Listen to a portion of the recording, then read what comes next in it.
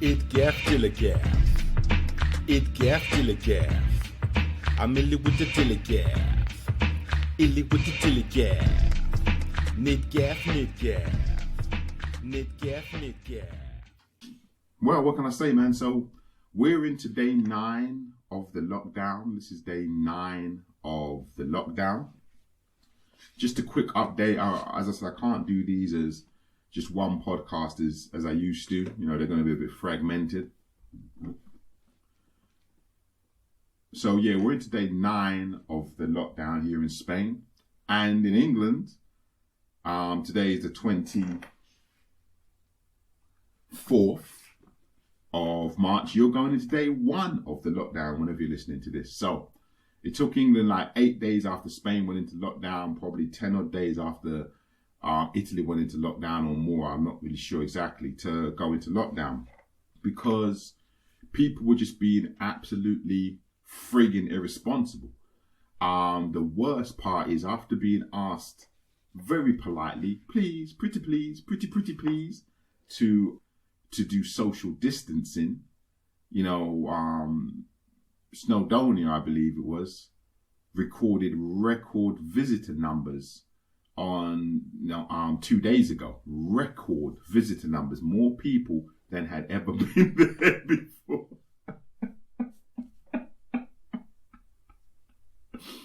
You see, this is what I always said. This is what I talk about when I say you don't allow people to vote.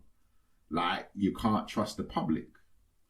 Like, come on, man. You can't trust the public. You don't allow people to vote. You can't ask people to politely be socially responsible. Because half the people are stupid and the other half are selfish. I know you wonder which half I'm from. Now, I have a real massive belief in social responsibility, and it's super frustrating for me to see people who, you know, just because they believe it doesn't affect them, truly believe that they don't have to give a fuck. You know, like I said, I'm not in a high risk, you know, demographic, but I very much give a fuck about catching something that I pass on to someone who goes home and kills their granny or kills their neighbor or kills their diabetic workmate. I'm very concerned about that. I don't want to be part of that chain to kill somebody unnecessarily because I couldn't keep my little fucking hyper ass in my yard. But yeah, England, 5 or 6 days after being asked very politely, pretty please by Boris Johnson to use social distancing and not to gather in groups and to take this thing seriously, everyone took it for a jolly, and all over the place there were photos of people going down to beach, seaside areas, and, you know, queuing up in mass for shopping so they can bulk buy. And as I even said, you know, these people are out there on the Wednesday fighting each other for toilet paper and bulk buying and stacking everything you can possibly imagine. And then on, you know, basically as if we're entering the zombie apocalypse, and you're going to need to bulk buy and stash food and fight people for toilet paper because, you know, this thing's so bad, we're going to be stuck in our houses forever and there's going to be nothing on the shelves. And then at the weekend, they go for a jolly with their mates having a piss up in the park or on the beach. It's like, it's just absolutely insane, the level of contradictory behavior, all of which is selfish. Bulk buy and stack for me is selfish. Just in case there's no food in the future, I'm going to bulk buy and make sure I have lots now. And then I'm going to go out and have a nice couple of days, even though I've been asked to stay in and away from other people, because I'm not in a high-risk demographic, so why do I give a fuck?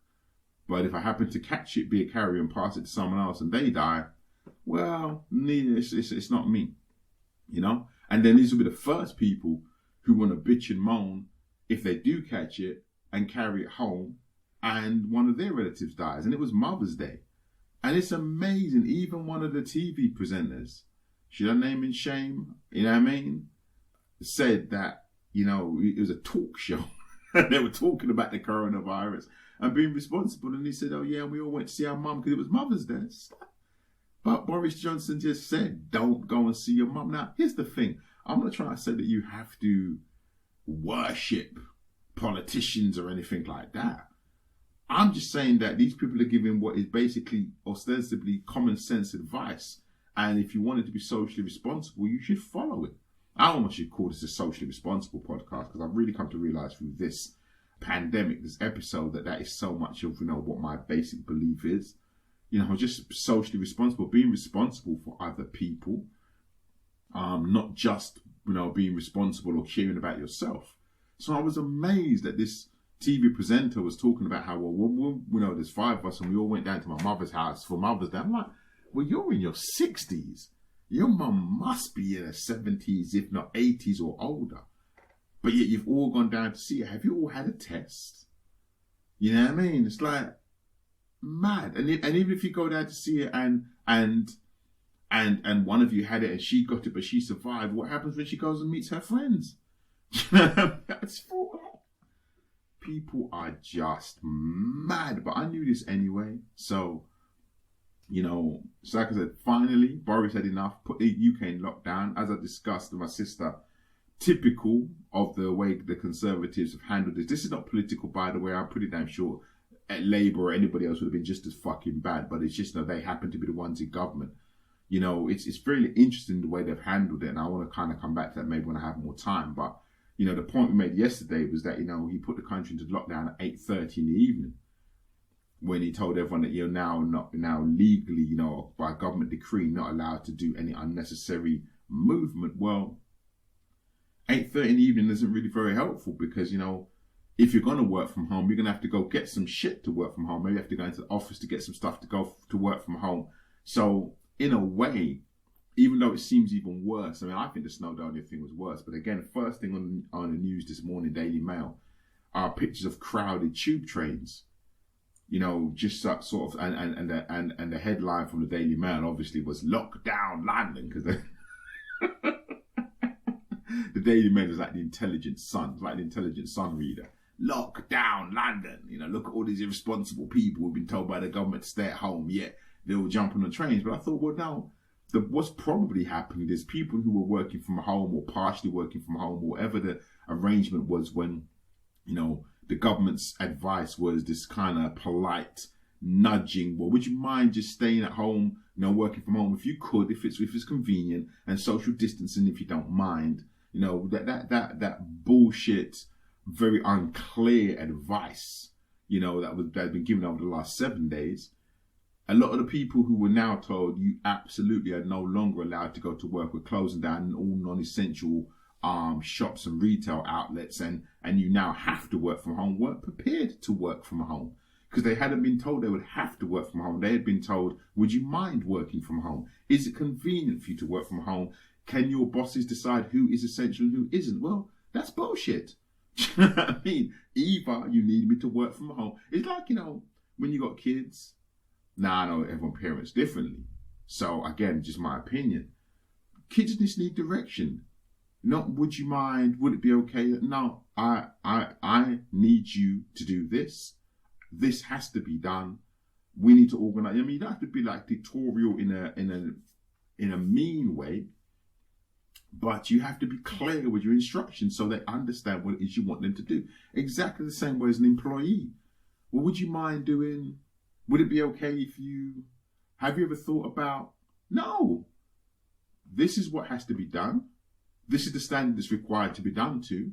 Now I'm going to leave you alone to get it done because I'm not going to micromanage you, but you're clear with what the parameters are and what has to be achieved. And that's what the government did not do. They were not clear. All they were clear about was the threat. And they weren't even clear about that because the only way you can get someone to believe how important or how dangerous the threat is by giving them clear parameters as to what your expectations for them to do in order to not have the worst ramifications of the threat, in order to, can't find my word now, mitigate the threat. No, man, that's not Corona, trust me. So yeah, you know what I mean? So they weren't clear. They were not clear about what was necessary to mitigate the threat and not have a national emergency, so people didn't take it seriously. And I truly believe that if they were clear at the outset, if they had said, this is looking bad and we are going to probably have to go into lockdown within the next 4 or 5 days, so everybody start preparing to work from home, it would have been a lot less damaging if they had turned around and said, oh, actually, you know what? We were wrong about that. you've all been really, really great citizens. We won't have to do a lockdown and you won't be needed to work from home. That would have been so much less damaging than what they did, which is just try to sleepwalk people into a lockdown so they wouldn't have to have the political damage of being the government who locked down the country for the first time in however many hundreds of years. And that's what it is people playing politics in exactly the same way that before they started locking down the population, they were talking about the economic package. And I know the game because they knew they were going to have a lockdown anyway. They just thought, well, if we guarantee people's wages first, then we lock them down, they won't panic and riot in the streets. So they were busy worrying about sorting out the economic package first before they put people on lockdown, because that way they know that people at their homes at least won't be panicking and worrying, thinking, oh my God, I can't go to work, I'm not earning, I can't pay my rent, I can't pay my mortgage. So that was really the game. But truth be told, I am 100% sure that most of the people promised this money are never going to receive it, or at least a good proportion. And let me tell you why. Because everybody knows the reason a scam artist, particularly like a scam website or a scam retailer, the reason they do what they do, well, any scam artist really, is because they know a good proportion of the people they scam won't complain. If I was a scam website and I was doing scam investments, and I was getting people to give me £10,000 for investments that giving a 50% return that never actually materialized, let's say, and you were meant to get your money back in 2 months. I know after 2 months, everyone's going to complain. But what I also know is that after 2 months, 50% of the people I've scammed are not going to pursue that. They're going to feel too embarrassed, too ashamed, too stupid, or they'll be in a position to just wipe their mouth, move on and take it as a loss, take it as a lesson. Then out of the 50% who remain, 50% of them, so another 25% of the original, are going to try and complain and push it and go to the police or whatever, but their lifestyles or their personalities are not going to allow them to pursue it for the long haul. So let's say the first 50% drop off after the first 2 months, the next 25% will drop off maybe after the next year. So I'm only really going to be taken to task by 25% maximum, if that, by which time I'll probably shut up shop, pissed off, and I'm in the wind and you can't find me, which is how these guys operate. Well, truth be told, that's exactly what I think is going to happen with Rishi's £220 billion package to help the economy. So the first thing I realized about it, and I went on the website, one of my mentors sent me the website for, the business interruption loan, whatever it's called, is it's a load of websites that lead to a load of forms, that lead to a load of form filling, that's going to lead to a load of questioning, which means that I think a good proportion, if not the vast majority of people who need that money are going to drop off at the application stage. Like I said, man, I don't play I don't like you, so everything you do is wrong, because that's just ignorant.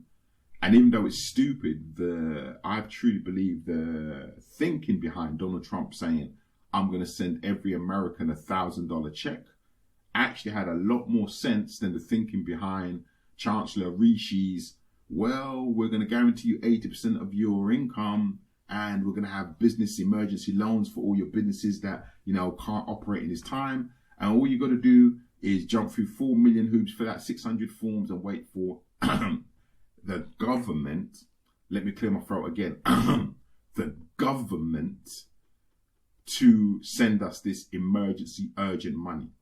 Now listen, everybody knows government organisations are super inefficient on a good day. There are a load of reasons for that I could go into. I've worked for at least 3, so there are reasons for that. I had people in government organisations who literally told me to leave and go in the private sector because of the way they worked.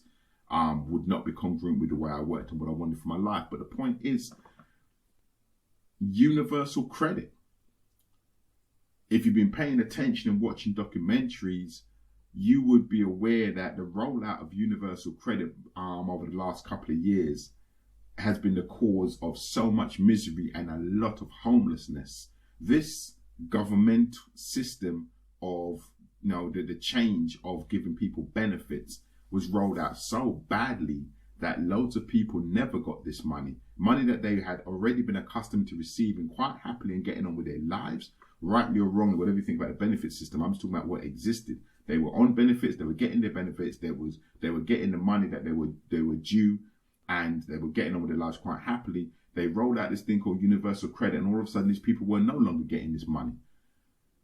Had to reapply, and even after they reapplied them and went through all the hoops and proved their eligibility, they still weren't getting this money.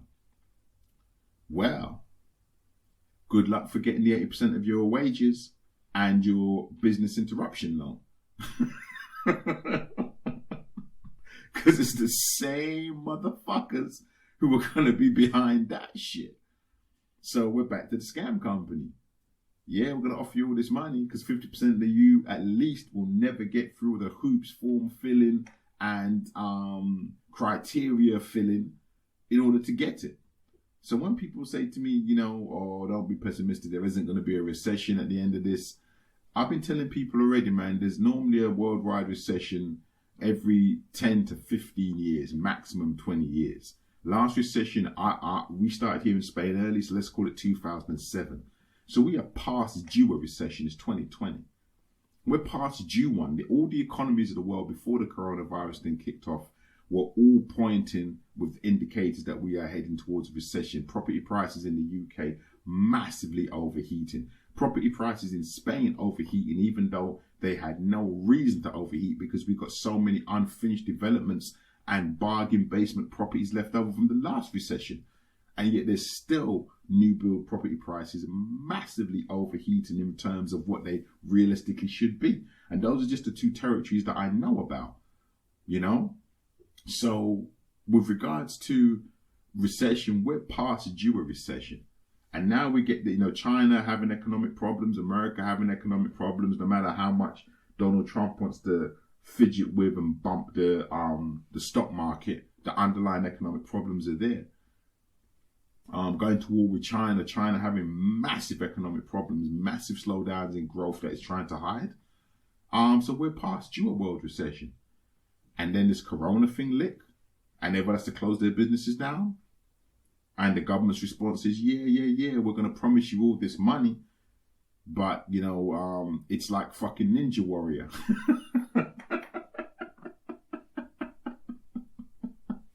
Your money is at the end of this assault course, motherfucker. Good luck with that.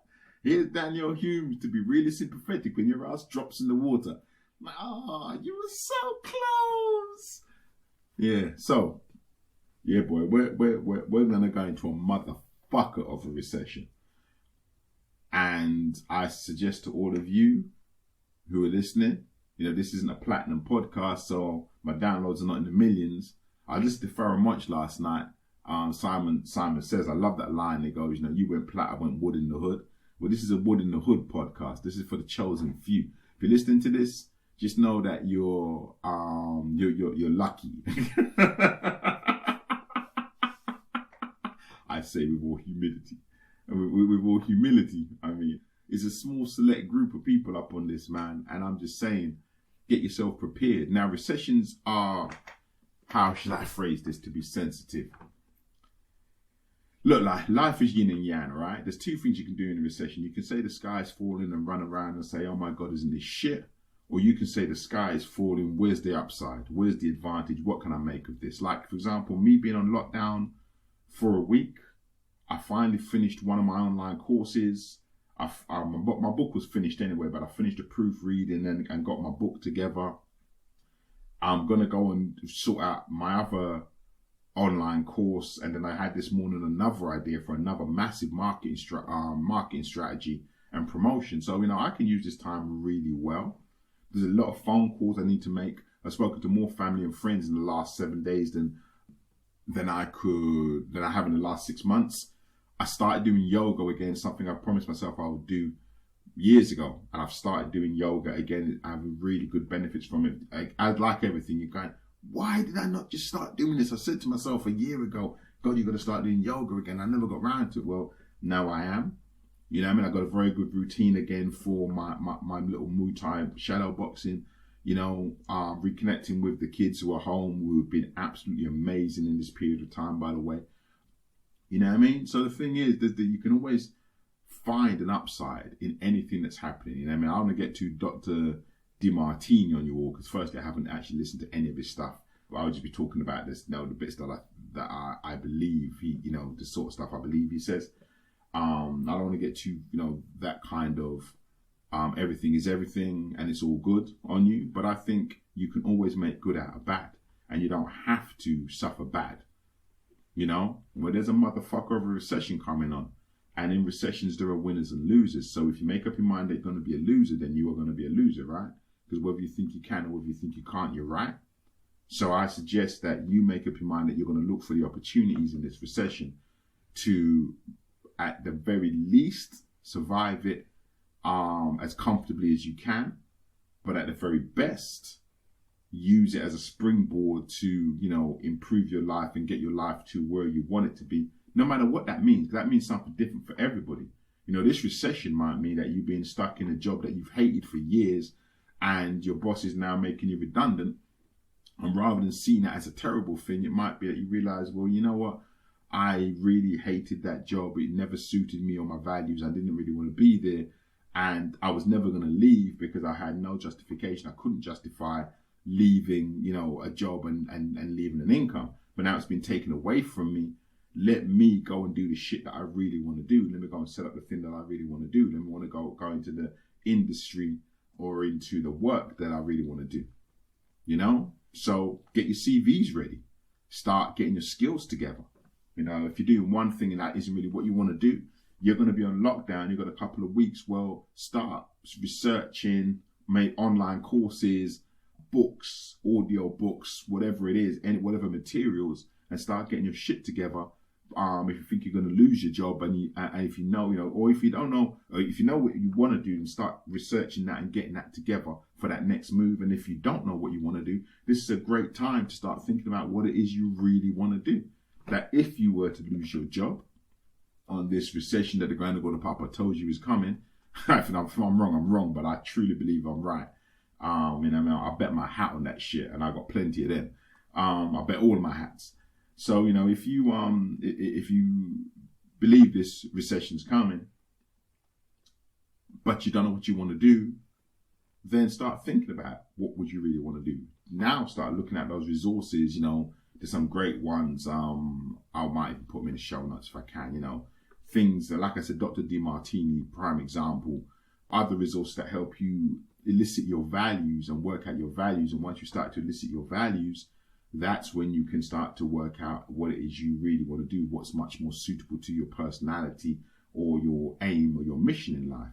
So these are great times to be asking these big, these big questions, these big existential questions, because most of the time we're too busy to do that shit. But you're going to be on lockdown in your house. You're going to have some time.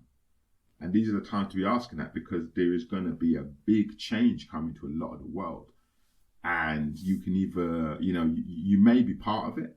And if you're going to be part of it, you want to be on the right side of that thing. And if you're not part of it, you may just decide to make yourself part of it.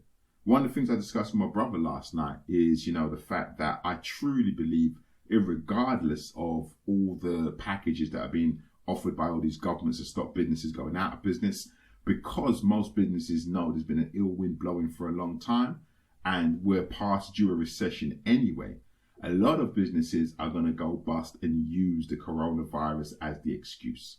And my brother, professor, he was laughing. He was like, yeah, we've kind of modeled exactly the same thing.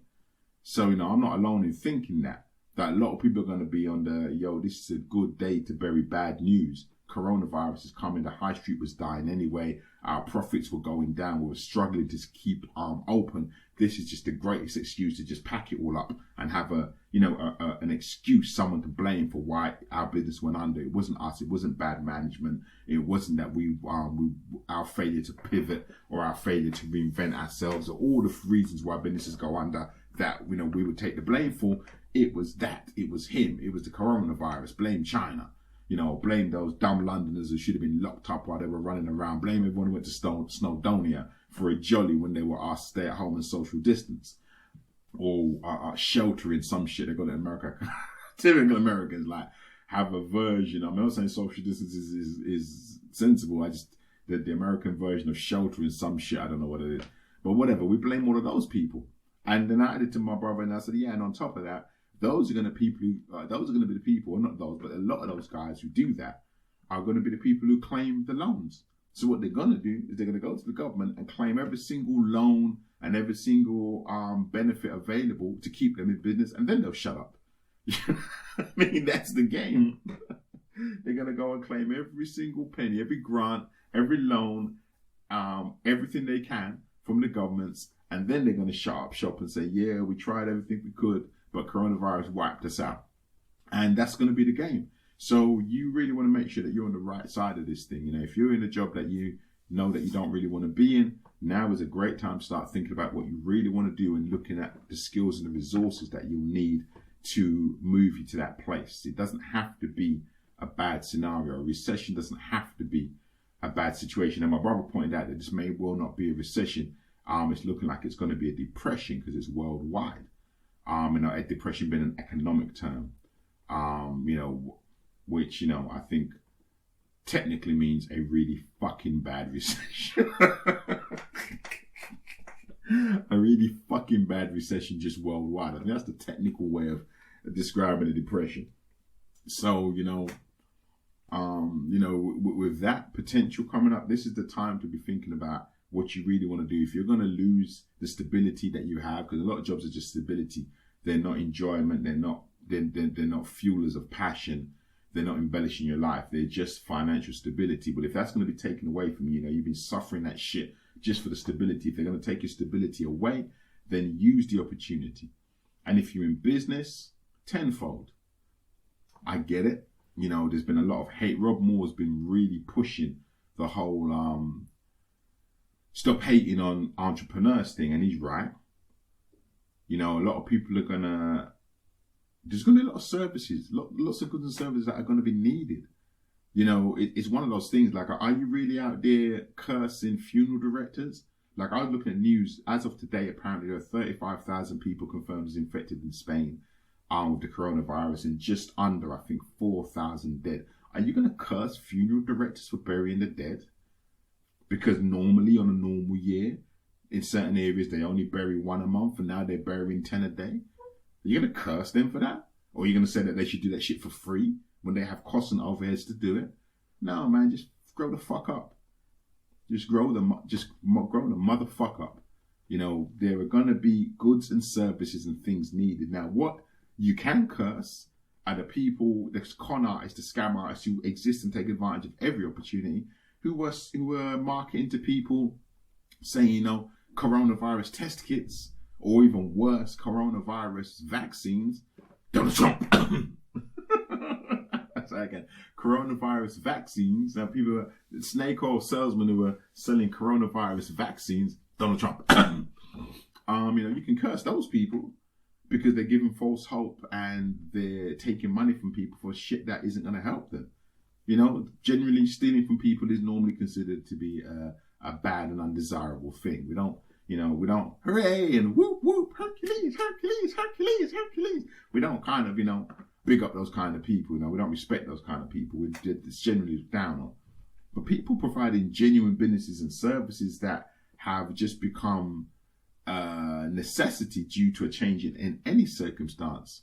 You want to curse them people, you're a fucking idiot.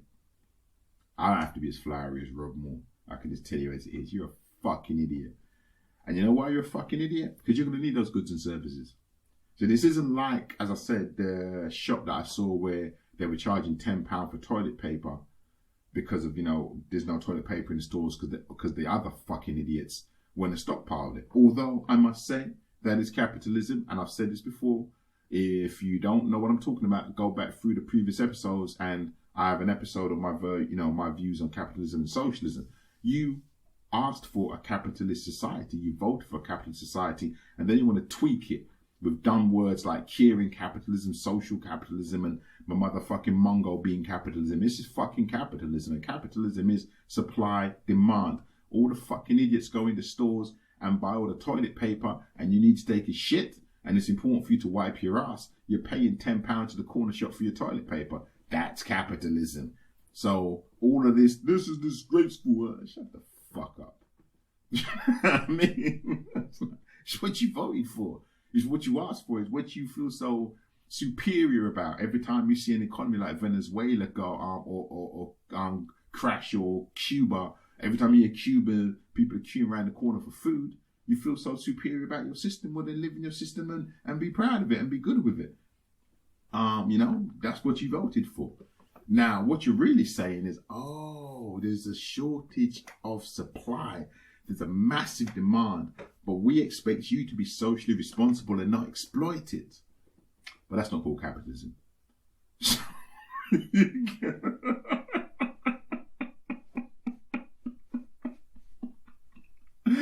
So you can call that what the fuck you want. You can create another political system, but the root of your political system says there's supply and there's demand, and supply is met by demand, and scarcity is something that increases price, and that's reality. So I ain't asking them people to be nice and and to sell that for any less price. If you really want to cuss anybody, I know you're cussing all of them, but cuss the people who stocked up on the toilet paper and created the unnecessary scarcity. And it'll be the same with food, and it is the same with food. You're just lucky to have lived in a very sanitized world where you haven't had to fight for food. Where you've never had the reality, I don't say yet, of having to fight for food and knowing that the food is now been priced out of your price range. So you just take it for granted that it's your right to get food. But in a capitalist society, it fucking isn't, mate. And there's lots of capitalist societies who are at the behest of the West, who suffer the scarcity and supply and demand type of capitalism that you're bitching about the corner shop selling £10 toilet paper for. Well, hey, your government is treating other countries exactly like that. And when those whole populations are starving and don't have enough food and want to maybe come to the West where things are so much better, you're talking about, fuck them, we don't want those foreigners here. So, welcome to your world. So don't come telling me about man selling toilet paper for £10. Go look at some fucking geopolitics and work out what the G8 have been doing for the last 50 fucking years to other countries who are in that same position, who are in need, usually by what was stolen by the G8 in the first place. But let's not go way back into that, because I know that people think there's a statute of limitations for theft, where theft, conducted 100 years ago, 200 years ago, now is no longer important. It's no longer part of the discussion. So we won't get into that. But don't come to me with them dumb fucking videos like I'm meant to be horrified. As I go back to my friends who said, but someone said recently that, we're going to see the best and worst of humanity. And I agree. I think in times of crisis, you're the best and worst of humanity.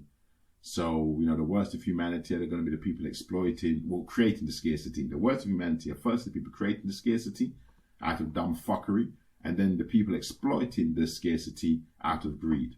Welcome to your world. And as I say again, for all you people who think that's horrific and are so outraged by it, try being outraged by it when your governments do it to other countries. That's when you should be outraged about it. Because you can't wipe your ass.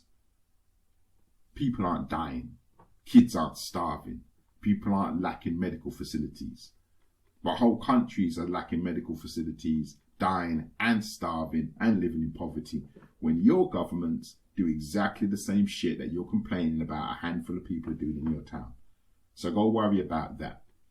And if you don't worry about that, fuck all of y'all. So, and on that nice happy note,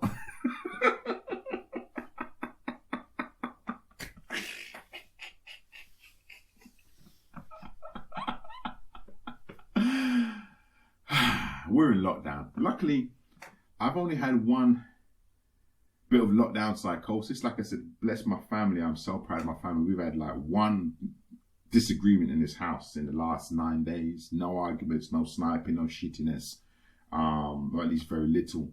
I only had one bit of lockdown psychosis where yesterday I really just needed to play Simon Says by Pharaoh Monch.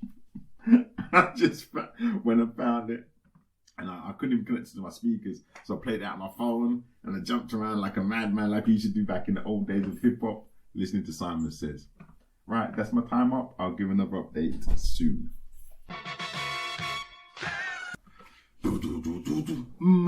My corona. My corona. My corona. My corona. My little shitty one. My little shitty one. I'm on lockdown trying to get time, corona.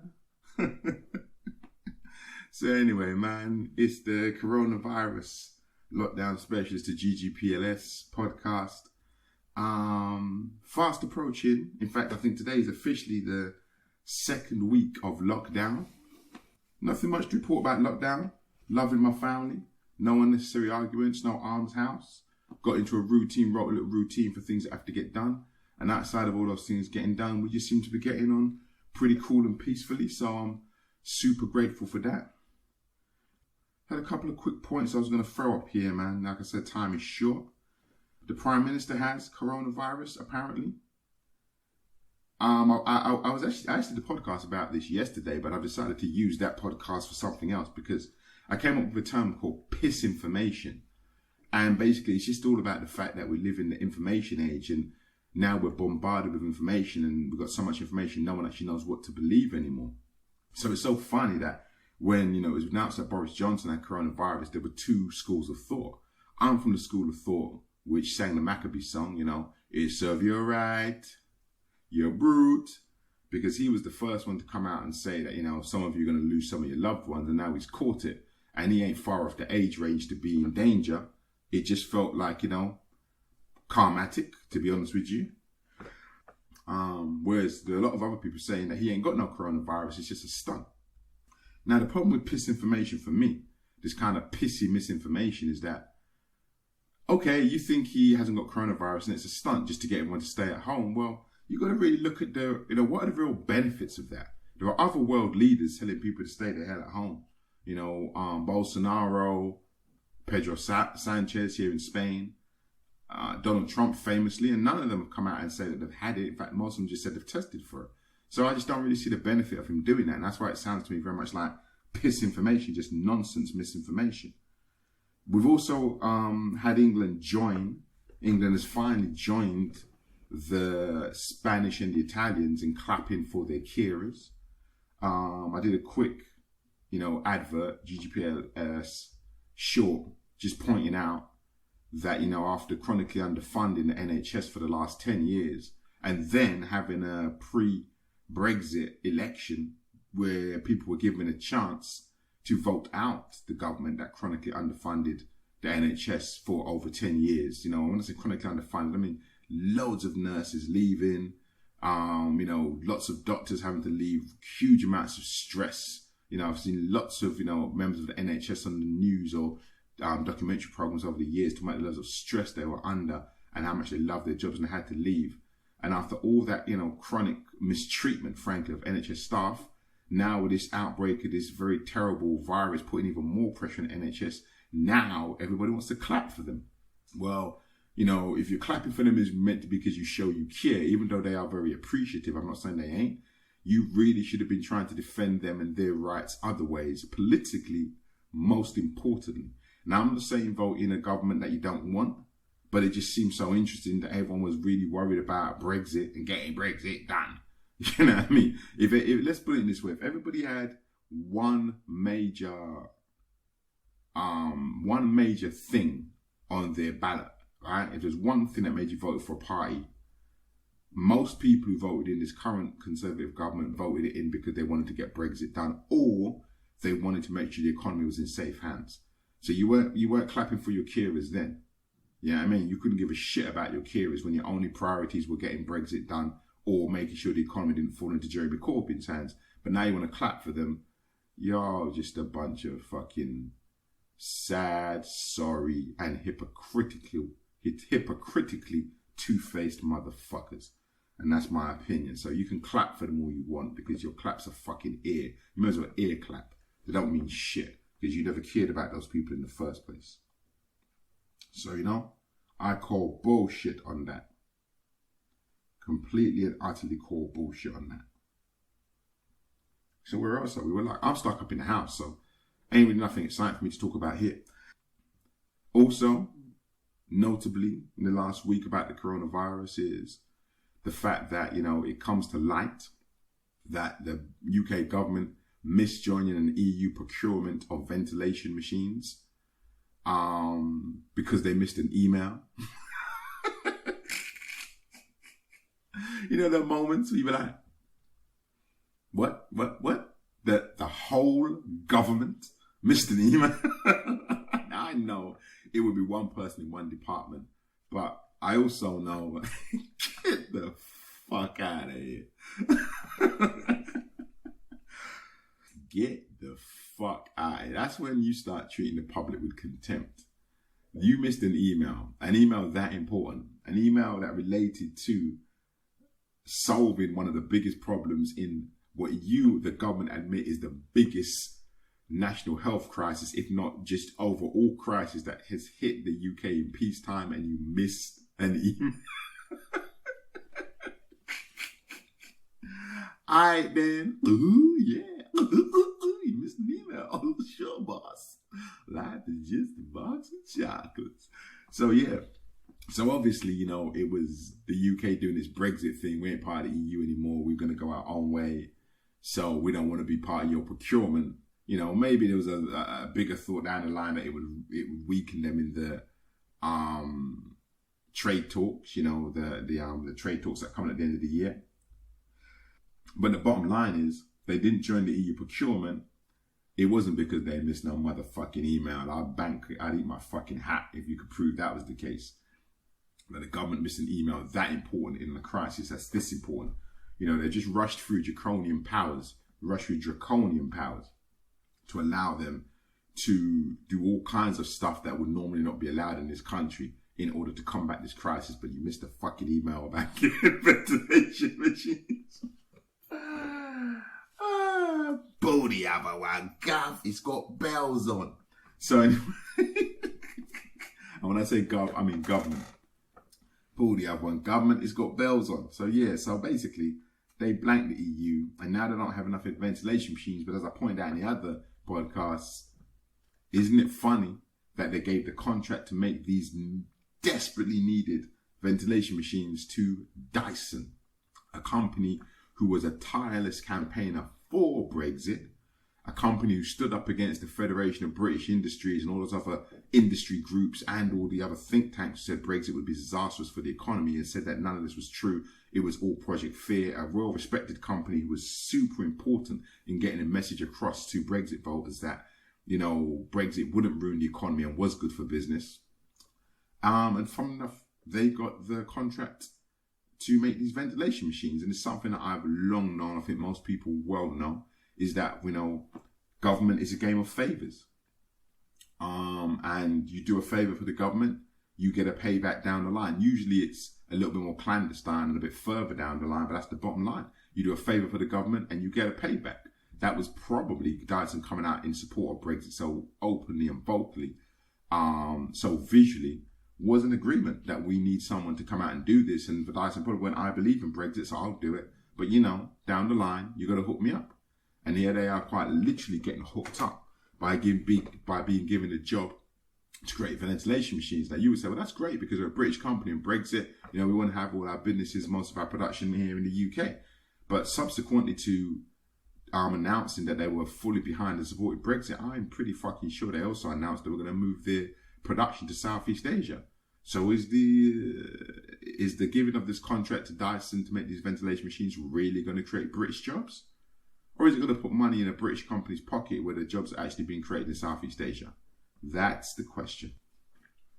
That is the question. So I call bullshit on that as well.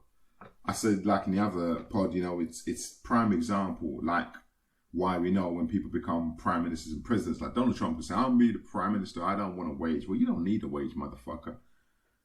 Because frankly, although no one could possibly pay you while you're in office, when you finished, just between book rights, talk rights, and CEO, positions that you're offered in all the companies that you did business with, that you know, that lobbied with you, that you did favors for. Now, you're going to do a lot of favors for a lot of companies. You're going to give a lot of contracts to a lot of companies.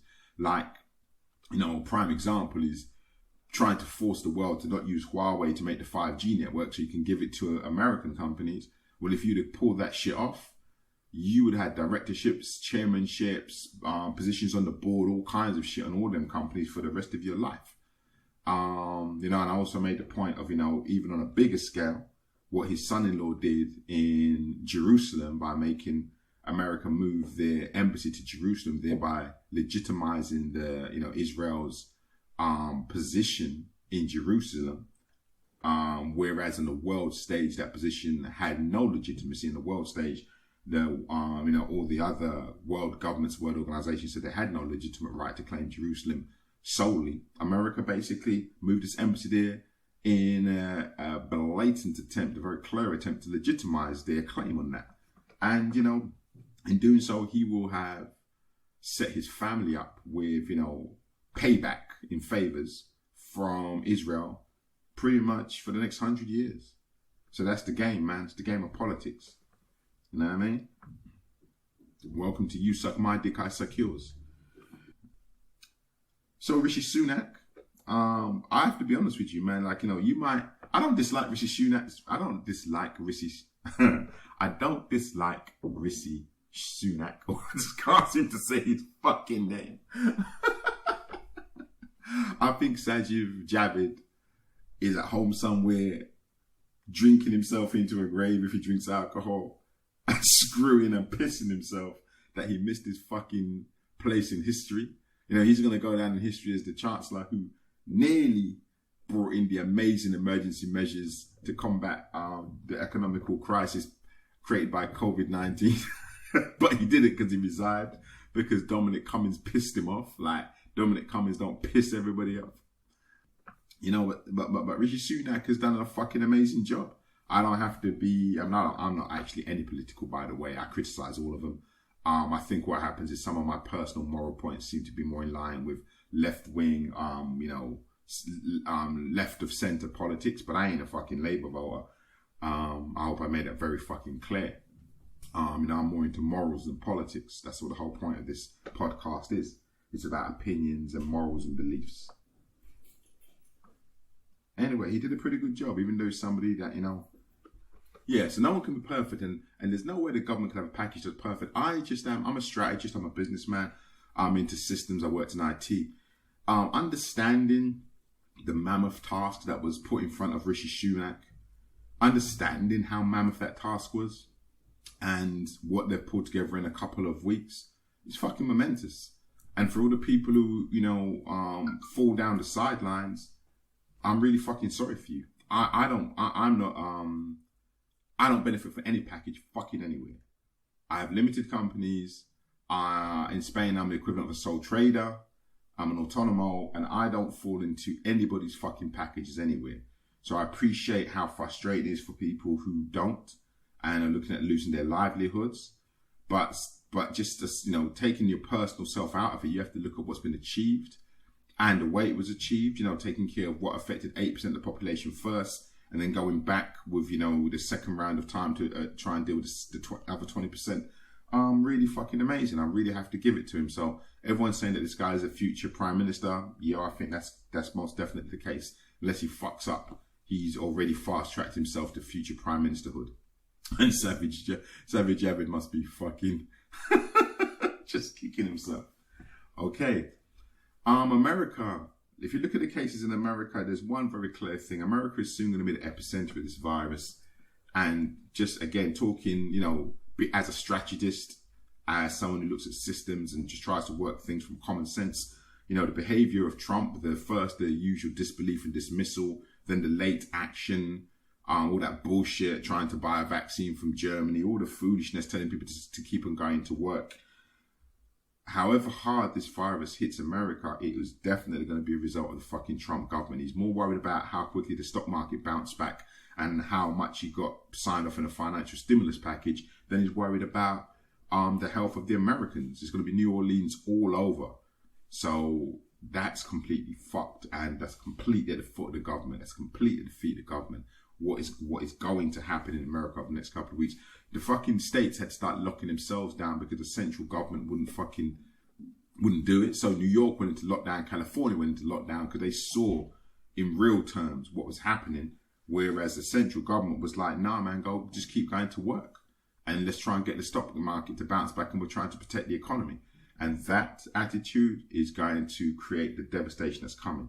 Now, there's been a lot of really good messages going around about, Project Fear. I don't like that term, but still, that actually applies more to this. Much better, much more applicable to this than it ever was to Brexit. That there's a lot of crazy stuff going around. I don't want to be part of Project Fear. I've just, like I said, when I came back to the country, I studied, I did some research, did some reading, looked at the numbers, and just wanted to get a sense of the real scale of this thing, and realized that, based on, what the stats say, what the research says, if you do this, you can slow the infection rate, and you will get that.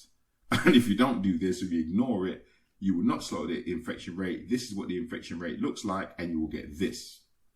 Most people are still saying, even I saw a doctor this morning saying that 8% of us will get it. So it ain't about getting it, because most of us will get it, be very mildly affected, or, just have a horrible fucking flu and get out of it. It's about the 20% who get it who are higher risk. That's really where the problem is. If 8% of your population is going to get it, you need to worry about the 20% of that 80% who are higher risk and are going to die. In Spain, we've just passed 5,000 deaths from this thing, and we probably haven't even hit the peak yet. And we've been on lockdown for 2 weeks. So when the governments like the Conservative government in the UK, Boris Johnson, or Trump or Bolsonaro in Brazil, or with their, with their right-wing economy first, this is bullshit, I don't believe anything until it's proven to me swagger, all of those economies are going to suffer. I mean, I know the British people didn't do themselves any favour by breaking visitor records to Snowdonia 2 days after lockdown, or, being seen in parks, or crowded tube trains after lockdown. Now, you ain't done yourselves any favour either. And, everyone's saying that, your critical mass is coming in 2 weeks, and it ain't going to be pretty, man. So I ain't trying to create no Project Fear. Mark my words and look at this podcast after it's happened. You don't even have, the NHS, like I said, was on its fucking knees before this happened. It was the number one the number one focus of the Labour campaign was how fucked up the NHS was. And now you've just going to give it the biggest health crisis in 100 years. I'm not trying to create Project Fear. I wish your governments had done other things than the things they did. And I'm just an observer. So we're going to have to see. You know what I mean? I wish your governments had done other things, made other choices than the choices they made. I wish the American government had made other choices than the choices it made, because I think it's going to lead to a lot more people dying than are necessary. And like I said, this is one of two things. Either was created to cull the herd as population control, to aid population control, or is just going to be used as a fortuitous method of population control. So I don't think them governments give a shit. This is why I'm telling everybody, man, like, I ain't trying to push Project Fear, but if you're in high risk, stop worrying about if this came from fucking G5, piss information, if this is all part of the entry of the Antichrist, because they're going to create a vaccine that's going to put a microchip into you, piss information. I ain't saying these things aren't true. I'm just saying they're piss. They don't fucking relate to now. Now, what relates to now is there are only two possibilities. I said this before. This shit is either a false flag and doesn't exist, and if you believe that, then you go with that. If you believe it's happening, like I have personal friends who have it, if you believe there is something out there, if something is happening, then stop being the guy who says, I don't believe in ghosts. Zombies can't exist. No, there ain't such thing as aliens. Stop being that fucking guy and start protecting yourself and the vulnerable members of your family. And the other thing is, all these fucking dickheads who think, well, I'm not in the age range, so, it can't affect me. Every human is unique. So just because you don't fall in the high risk age range or high risk demographic doesn't mean that your personal physiology won't take this thing badly. As we've seen by some people as young as 20 something dying from it. So just don't be a dick. But, and if you're going to be a dick for yourself, then be a dick for yourself who think you're fucking immune and invincible. But don't be a dick for other people. Don't be a silent carrier. Like I said, I came here before Spain went into lockdown to put myself in a voluntary 14-day self-imposed lockdown so I didn't spread this shit to anybody else in a country with a massively aging population. Because I don't want nobody who comes to chill and to meet my kids to go home and see their grandparents, whereas in Spain, you know, children see their grandparents on a weekly basis, passing off shit onto them that I don't even have symptoms for, but kills them fucking dead in their bed. So don't be a dick. You know what I mean? Like the American, Brazilian, and the UK governments. Also, last point, obviously scams are up. You know, people, all kinds of scams. I can't bother to go into all of them. I can't remember all of them. Just be aware. You're going to get some dumb fucking emails talking about cures, enter your details for this information, you know, COVID-19, bank checks, whatever the fuck it is. It ain't true. Just fucking ignore it. And I just want to say again, I did see on TV, I don't know if I mentioned before that, you know, the Prime Minister of Spain, Pedro Sanchez, gave a speech. Right at the beginning of this, I think it was like about the lockdown, obviously to a half-empty parliament, and nobody clapped. But then when the cleaner came afterwards, there was a round of applause to clean the podium. You know, the cleaner came to clean the podium after the speech, and there was a round of applause. And it reminds me, this point in time, you know, reminds me so much of that joke about the body. Part of the body's arguing about who's the most important, and the, you know, brain saying I do the thinking, and the hand saying well, without us you couldn't hold food and eat, and the leg saying well, without me you couldn't walk, and the arsehole, and everyone's like, you know, you're just an arsehole, shut up. And he goes, really? If you think I'm just the arsehole and I don't have a valuable role to play, you know, in this body functioning, I'll stop working. And after like a couple of weeks of constipation, the whole body was begging the arsehole to release. And that's how it is now for cleaners and supermarket workers. The people who were looked on with disdain and looked down on and thought of as, you know, the least useful members of society have now proven themselves to be the most useful members of society, just like the curers. So it's, you know, it just shows that, you know, again, one of my major philosophies, that this is an independent world. We all need each other, not just people and different jobs. Just because I want to run businesses, I've never looked down on a cleaner in my life. In a previous podcast, you'd have heard me talking about working in an office where I got talking to the cleaners and found that they had more investments and a bigger portfolio than the finance manager, who I had physically seen looking down on them. He wasn't rude to them, but it was just very clear that he looked down and thinking, oh, you're just a cleaner, you know, you're a foreign immigrant, you're just a cleaner. When I spoke to them, they had property all over the world. And, you know, and a lot of Nigerians used to, like, as they come to the UK, you know, doctors and lawyers with their degrees that weren't recognised in the UK, even though they sat in UK, Cambridge, or Oxford exams in their country, they were assumed to be fraudulent, had to come to the UK and restudy, requalify, and in doing so, took jobs as security people and cleaners, and people are looking down on people who were 10 times more intelligent or academically qualified than they are. You know, so, and those are just the exceptions. But even if you aren't, if your thing is, you know, that you're a cleaner, you were never to be looked down on, you know, because everybody plays a part. And I think this virus is going to show and remind a lot of people of that everybody in our society plays a part, and we have to value them all. I ain't saying value them all equally.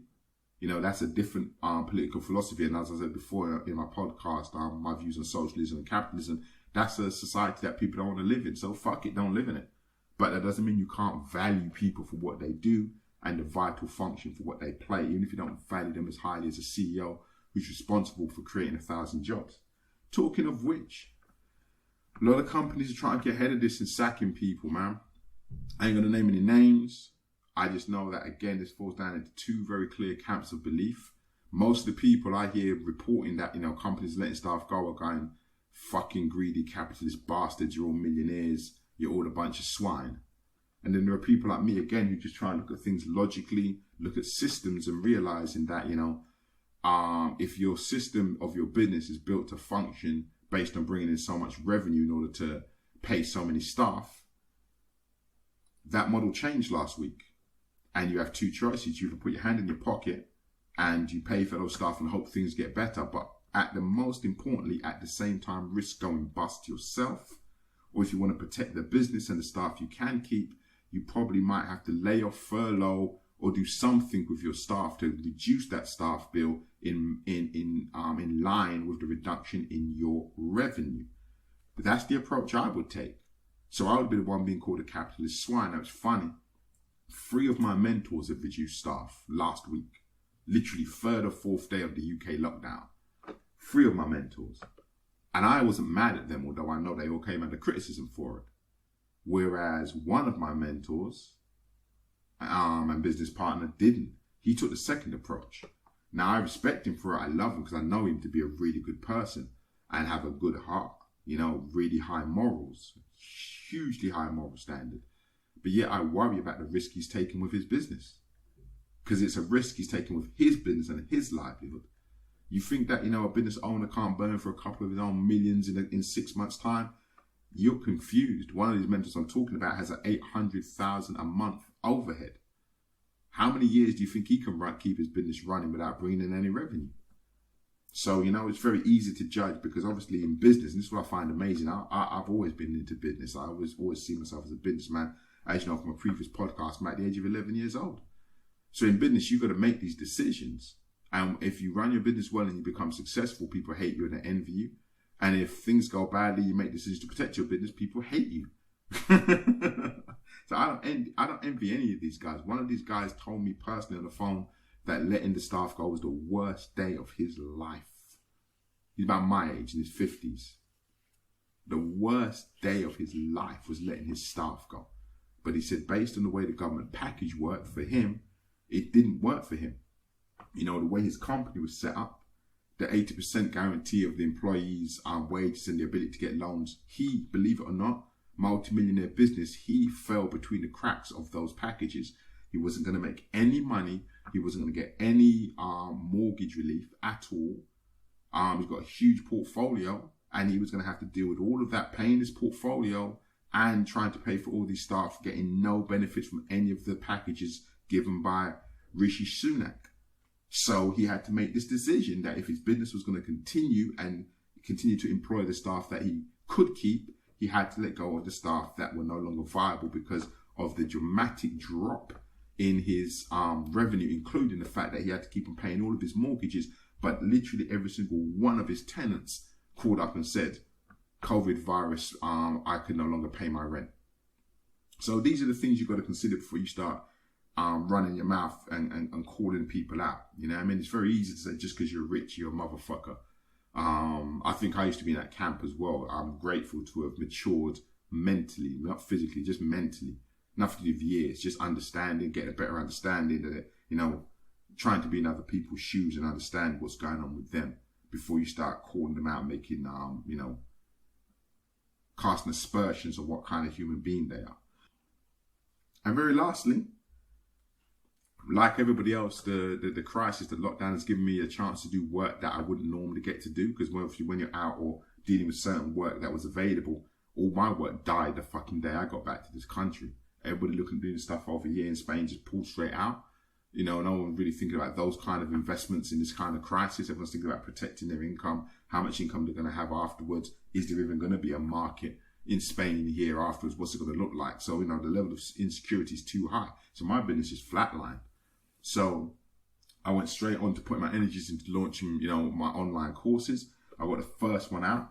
So anybody listening to the Freestyle Fridays, you'll see now that I have a how to freestyle rap course. It was something that I started doing when one of my mentors suggested to me that I write an online course. And I like everything. Like this podcast, I was meant to write an online course about, you know, Spanish property investment, about my business. But, you know, when you go to the websites, they all tell you write a course about your passion. It's a much better course to write. My passion has always been music. And, you know, I was always going to do a rap-based course. And then I started doing the Freestyle Fridays to promote this podcast. And, you know, people kind of hit me up and were interested in like freestyle rapping and, you know, how I do that, you know, where it comes from, a lot of the writers, you know, how I approach it. So I decided at Christmas to do that course. Started it, like everything got busy, went away, as you know, to the Caribbean, didn't get to finish it. Came back and I thought, well, this is a great time. So it's up, it's out there. Like a bit like criticizing the people who had to let them staff go. A lot of people will see this as cynical, you know, a very cynical move that I've made to release a course at this time. I don't. I think there's a lot of people all over the world who are going to be in lockdown. I think it's a great time for people to learn and improve their skills. Every commentator I've heard has been saying, if you're in lockdown, use the time wisely Don't just sit there in your underpants drinking beer and arguing with your wife and beating your kids. And I say that lightly, but that's what's going to happen to a lot of people if they just allow themselves to be frustrated because of the change of their routine rather than embracing the change of their routine and using it to do shit that they previously couldn't do. Well, this is the time to use the routine to do shit that you couldn't do. So I got my course up, and for anybody interested in hip hop, rap, freestyle, rhyming, you know, it's there. There's a resource for people to do that, and obviously it's a resource to make me some money. But you know, I understand the times we're in, so I didn't put it up at the full price. It's meant to be like £12 a month for 12 modules, like so you can do it over a year. But because of the lockdown, I put it up as $24. So that's the best I can do. You know what I mean? Like I put it out there like crazy low price, so people can just do it as a kind of, you know, it's throwaway basically. You know what I mean? If you're in lockdown and you would have normally gone out and got yourself a meal with your girlfriend like once a week, but now you can't, and you can't get a delivery, you could do my course and get a year's worth of content for the cost of a meal. That's what I wanted it to be. So like I said, there'll be people who criticize me. I've already seen people come up and say, no, yeah, you know, what's this all about? Well, what it's about is I'm providing a resource for people at a price that I know is more than reasonable so they can have something to do in the lockdown, which improves them and they're better when they come out the other end. It's not the only one. That was the first one because I had it mostly done. And then I'm going to start coming with the other courses that do exactly the same thing. So people can make the most of their time in lockdown. Because listen, man, if you ain't using this time in lockdown to improve yourself on the other end, you are going to be a loser. There's no two fucking ways about it. You are going to be a loser. There are going to be winners and losers out the back of this corona crisis. You may think that's wrong, but it's just a fucking fact. There are going to be winners and losers at the back of this corona crisis. If you spend your whole time in the corona crisis trying to investigate how 5G creates it and makes a virus that can be passed from human to human like a cold, you're going to be a fucking loser out of this corona crisis. You may prove to be right, but you are not going to walk out of this with any benefit. If you spend your time thinking that, you know, this is all part of a international governmental conspiracy and they're going to bring in a virus next, and with the virus they're going to chip you so you've got the mark of the beast like it says in Revelations, and you spend all your time focusing on that, you are going to be a loser when you come out the other side of this coronavirus crisis. You might be right, but you're going to be a loser. Because while they start to bring all of that in, you're going to be suffering, trying to find a way to make a living, and you're more likely to need to take the fucking mark of the beast just to survive. Whereas if you put your time and effort into something constructive over the next couple of weeks while this madness is going on, and put your focus into getting some shit done, planning and preparing for exactly what you're going to do when you come out the other side, how you're going to survive it, how you're going to try and grow and prosper, you will be a winner when you come out the other side of this. And if you're a winner when you come out the other side of this, then you will have choices to move to an area where there's no 5G hyper radiation emitting cables. Like I keep seeing popping on my WhatsApp, people walking around with fucking Geiger counters. You know, when Geiger counters became a fucking essential accessory for like man on the ends, but there's enough man on the ends walking around with Geiger counters trying to convince me that there's 5G's emitting mass amounts of radiation, like no one else would work that out. You know, I'm sorry to say that's piss information, but do you know what I mean? I just don't see it. I don't see that no other organization between which all the fucking organizations that are set up, you know, to monitor this kind of stuff that have huge amounts of funding, private funding. But out of all them organizations, a couple man on the ends of a Geiger counter walking around realizing that the cables that were laid last week are emitting dangerous levels of organization. Me personally, I don't believe you. You need more people. I need more information. You have to back that shit up. And until you do, that's piss information. So if that's what you're out there worrying about, you know, you're putting your time and your energy on that shit, you are going to come out of this coronavirus crisis a loser. Which means that the shitty life that you're having now is going to look like your best fucking days when you're on the other side of this into a worldwide fucking recession, if not depression. I said it before, I'm going to say it again. Great Packages by Rishi Sunak. I can't pronounce that fucker's name. I'm so sorry. Sunak. Great Packages by Rishi Sunak. But here's the deal.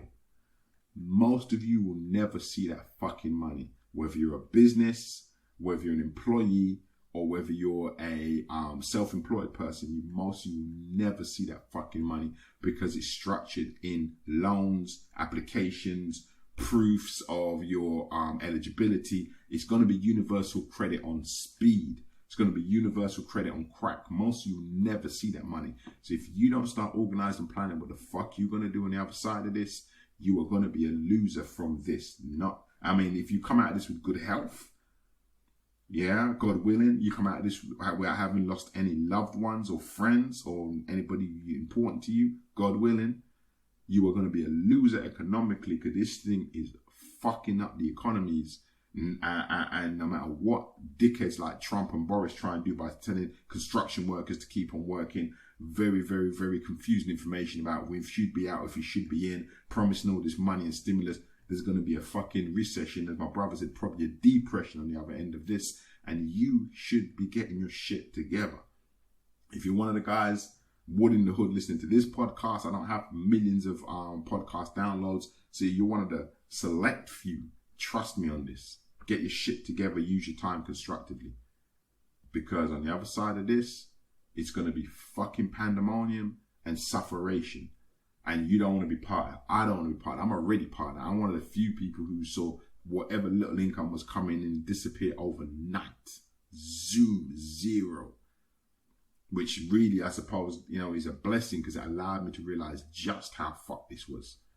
Where there's some other people who are thinking, oh no, it'll be all right. I'll use a bit of my savings and it'll be cool. It probably won't. The big businesses know this. That's why I pointed this out to you. The big businesses know this. All of my mentors, the four I mentioned, all run multi-million-pound companies and are millionaires in their own right. And they all had to make a decision about what to do with this within the first 7 days because they know how deep this is going to be. So don't be out there thinking it's going to be all good on the other side because it ain't. Get yourself prepared. Use this time to do something constructive. All right, my peoples. I'm very grateful for the time I've been given to get to do this podcast. Yeah. Stay away from piss information. Get yourself prepared. Use your brain. Use your time constructively. Try to start the pressure cooker with your family or your wife or your friends or whoever it is you're living with if you're in lockdown because you can't get a pressure cooker and end up in stupid arguments over nothing just out of stress. Let's try and stay away from that. Let's try and minimize domestic violence in lockdown against, the wives and the kids, the husbands everywhere. It goes both the ways in all directions. Let's just try and take a breath, take a minute, realize the situation you're in and try not to overreact. I had to do it myself the other day. There have been 2 arguments in my house. I'm so grateful for my family. I love them dearly, but I'm not forget loving them. You love them anyway. I'm grateful for my family. I appreciate my family. There's only been 2 times where there's been any kind of, annoyance in this house in 14 days. And there wasn't even any voices raised. And the second time, Mr. Temper was me. And I had to just bite my lip and say, yeah, all right, then, I'm going to sleep now. I'm going to bed. And go to bed and talk to myself and remind myself that what I was annoyed about wasn't even important. And woke up in the morning happy and refreshed. That was like 4 days ago. And from since then, it's all been all good.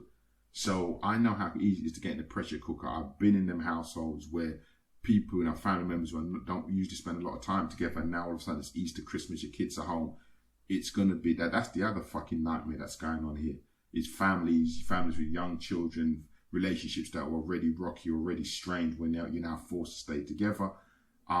It's not going to be pretty. I know it's going to be really hard. So make up your mind from the outset, before it happens, that you're going to try and minimize the ability of the other people in your environment to annoy you. So you're not the one that flies off the handle at your kids or at your husband or at your wife, at your girlfriend, at your boyfriend. Make up your mind beforehand that you're not going to be the one. You're going to be the one who's rational. You're going to be the one who says to your partner or your kids when they start losing their shit, listen, we're all in this situation together. We have to find a way through it. So seriously, I'm not going to react to you losing your shit, but you need to not lose your shit because it ain't going to change nothing. Make sure you're the one who does that.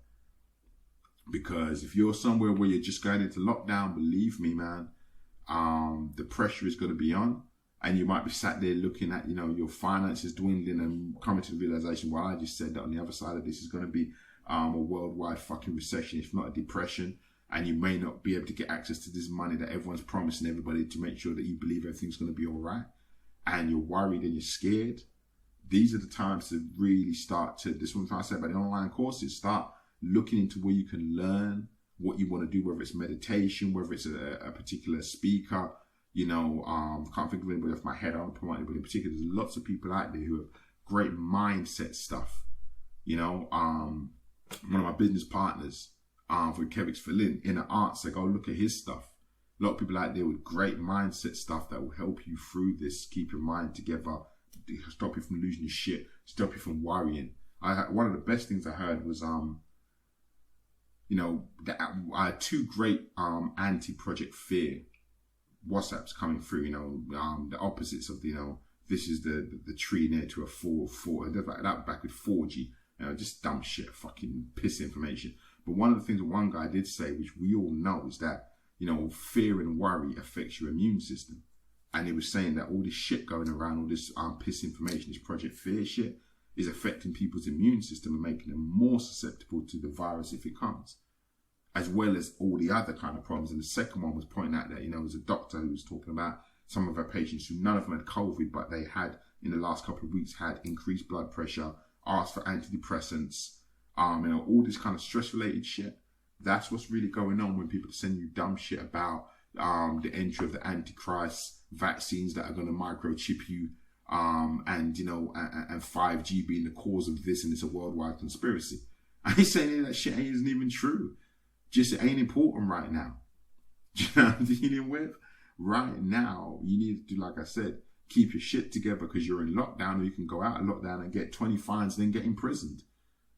You know what I mean? If somebody's trying to create an international uprising against the world governments, I ain't seen them yet. What I've seen is a lot of people walking around talking piss. And believe me, I got a right to say that because I've been there. I was the guy who I was like, yo, this is wrong.